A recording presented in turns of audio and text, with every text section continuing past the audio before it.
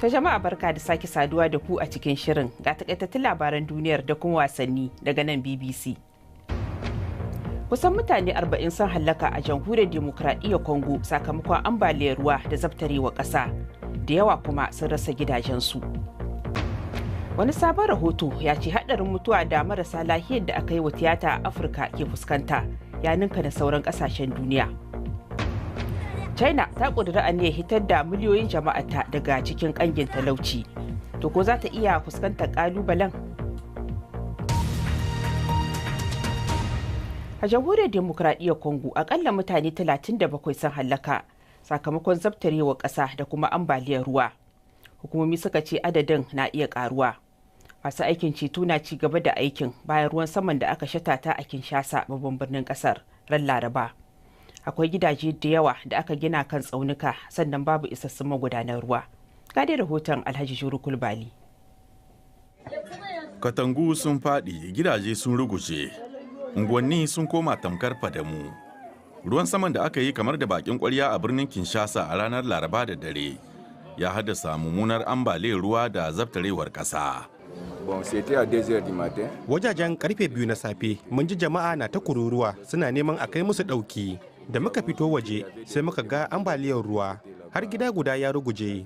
Da muka dawo wurin washe gari mun samu labarin cewa mutane 3 sun mutu a cikin gidan. Kinshasa dai birni ne da ke ƙara girma kuma akwai gidaje da dama da aka gina ba bisa ƙa'ida ba. Rashin magudanan ruwa na nufin ruwan saman da ake yi kamar da bakin masaki na iya yin mummunan tasiri akan rayuwar mazauna birnin. Waɗannan gine-gine ne da aka yi ba tare da izini ba. An jima da hukumomi suka hana mu tarewa a nan. A cikin 'yan shekarun da suka wuce dai so da yawa birnin na Kinshasa yana fama da matsalar ta ambaliyar ruwa. Jami'ai sun amsa cewar tushen matsalar shine rashin tanadi na tsara birnin, amma har yanzu ba a ɗauki mataki ba. A halin da ake ciki kuma mazauna Kinshasan waɗanda yawansu ya kai miliyan 10 na fargabar saukar ruwan sama na gaba. To idan kuna so za ku iya samun wasu bayanan akan wannan labarin da ma wasu a shahinmu na intanet bbchausa.com wanda za ku iya samu a wayoyinku na salula. Wani sabon bincike da aka yi a ƙasashen Afirka ya nuna cewa mutane da akan yi wa tiyata kan fuskanci haɗarin mutuwa fiye da na sauran ƙasashen duniya. A cewar binciken da mujallar likitoci ta The Lancet ta wallafa, ƙasashen da matsalar ta kamari sun haɗa da Habasha da Masar da Najeriya da kuma Zambiya. Ga dai rahoton Isaac Khalid daga Abuja. Binciken dai ya bayyana cewa akwai matsalar karancin adadin mutane da ke samun damar aikin tiyata a ƙasashe na Afirka. Mutanen da kan rasa rayukan nasu dai kan mutu ne cikin wata guda bayan an yi masu tiyata. Nazarin wanda ya duba ƙasashe 25 ya nuna cewa ƙaruwar bidirewa magunguna da cututtuka ke yi na ƙara sanya mutane buƙatar tiyata. Malam Ibrahim Alfullati wani mazaunin Abuja babban birnin Najeriya ne ya kuma shaida mani cewa a baya-bayan nan wata 'yar uwarsa ta rasu kimanin mako guda bayan da aka yi mata jerin ayyuka. Ba a yi mata allura mai kashe zafi ba. Tana ji tana gani ana huda cikinta. 'Yarta ta cikinta tana waje tana jin kukanta tana cewa za su kashe ni, za su kashe ni, za su kashe ni. Wayyo Allah za su kashe ni. Wannan 'yarta tana ji likitocin nan suna dariya. Wannan shine duk ya fi damuna. Malam Ibrahim dai ɗaya ne tak daga cikin ɗimbin mutane da suka shiga tasku a tsarin kiwon lafiya. Nazarin dai ya nuna da cewa rashin samun damar yin tiyata a kan lokaci wani babban bala'i ne da aka manta da shi a Afirka. Kuma wannan ya ƙara nuna irin mawuyacin hali da tsarin kiwon lafiya ke ciki a ƙasashe da dama. Masana na cewa akwai buƙatar ƙara ɗaukar matakai domin ƙalubalen na da yawan gaske. Abu ne wanda yake buƙatar ƙwarewa, sai an yi horo an ɗau lokaci kuma ana yin wannan horon kuma an tabbata mutum ya iya an ba shi certificate kafin ya je ya yi wannan aiki. To amma abin da muke gani a Afirka da kuma Najeriya shine mutane da yawa sukan je su yi aiki wanda ya fi ƙarfin training ɗinsu, ba su da wannan horon. Masu binciken da sun ce ko baya ga buƙatar marasa lafiya su samu aikin tiyata mai inganci kuma akan lokaci, baiwa marasa lafiya cikakkiyar kulawa bayan an yi masu tiyata shi ma na da matukar muhimmanci. Ishaq Khalid, BBC Hausa, Abuja, Najeriya. To bari kuma mu duba wasu labaran duniyar. Marubucin littafin nan da ya janyo takaddama akan gwamnatin Donald Trump ya ce bakin dukkan mutanen da ya yi wa tambayoyi ya zo daya akan abu guda.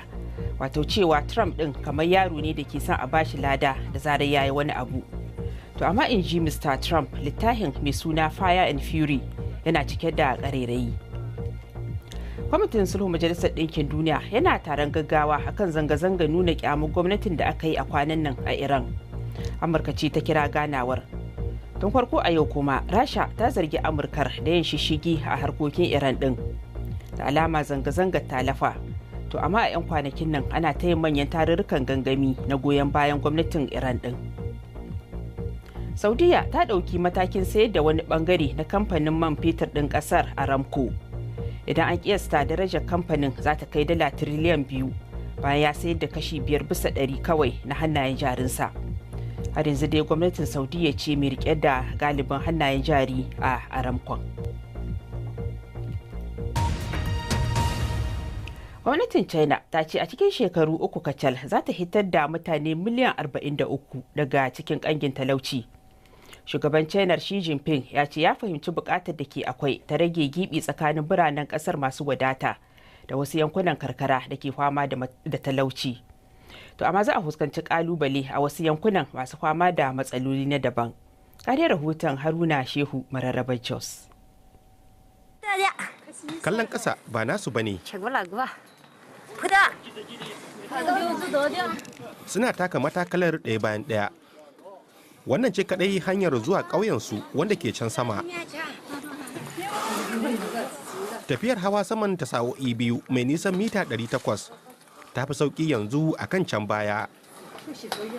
A baya matakalar ta itace ce wacce ake iya gani nan da can. Amma yanzu an sauya ta da matakalar ƙarfe. Al'ummomin ƙauyuka da ke kan tsaunuka kamar wannan waɗanda aka bari a baya a China. Yanzu ana kaddamar da kamfe na yaƙi da talauci a cikinsu.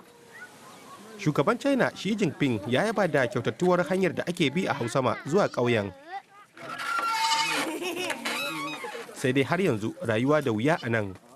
Yayin da shugaban na China ke alkawarin fitar da mutane fiye da miliyan 40 daga bakin talauci, ba kowa bane dai ya gamsu da haka. Ba ma samun kuɗin shiga, muna fama da talauci. Muna noman masara da dankali ne kawai. Da aka tambaye shi ko abu ne mai yiwuwa a kawar da talauci cikin shekara 3? Ba na tsammanin haka. China dai tana da wasu hanyoyin na cimma burinta. A shekarar da ta gabata, fiye da mutane miliyan 3 ne da suka fi fama da talauci a ƙasar aka sake ma sabbin gidaje. Shugaban na China ya san cewa barin talauci ya ci gaba da yaduwa babbar barazana ce ga halascin jam'iyyar kwamnisanci wacce ta karɓi mulki da alkawarin taimaka ma al'ummomi kamar waɗannan. Koma dai da China za ta iya taimakawa waɗanda suke cikin bakin talauci a ƙasar. Miliyoyin wasu mutanen a ƙasar za su ci gaba da rayuwa a cikin wahala. Ta fagen wasanni kuma hukumar FA ta haramta wa manajan Arsenal kasancewa a wurin da aka keɓewa manajoji na tsawon wasanni 3 saboda ya nuna rashin da'a. An kuma ci Arsene Wenger din tare dala 54,000 saboda ya amfani da kalaman da basu dace ba a kara wasu da West Brom ran Laraba inda aka tashi kowa na da ci daya. A gasar cin kofin FA zagaye na 3 yanzu haka Liverpool na karawa da Everton. To amma ba da Mohamed Salah da Philip Coutinho ba masu fama da rauni. Manchester United kuma tana karɓar bakuncin Derby wadda sai ta yi da gaske idan tana son ta kai labari. A halin yanzu ba wanda ya ci kwallo a karawar da ake yi. Za ku sami dukan waɗannan labaran a shahinmu na intanet wato bbchausa.com. Za ku kuma iya tafka muhawara akan labaran da ma wasu a dandalinmu na BBC Hausa Facebook. Haka zalika za ku iya samun labarai da ɗumi su a shahinmu na Twitter wato @BBC Hausa. To amma yanzu Aishatu Musa ke sai an shi manku daga nan London.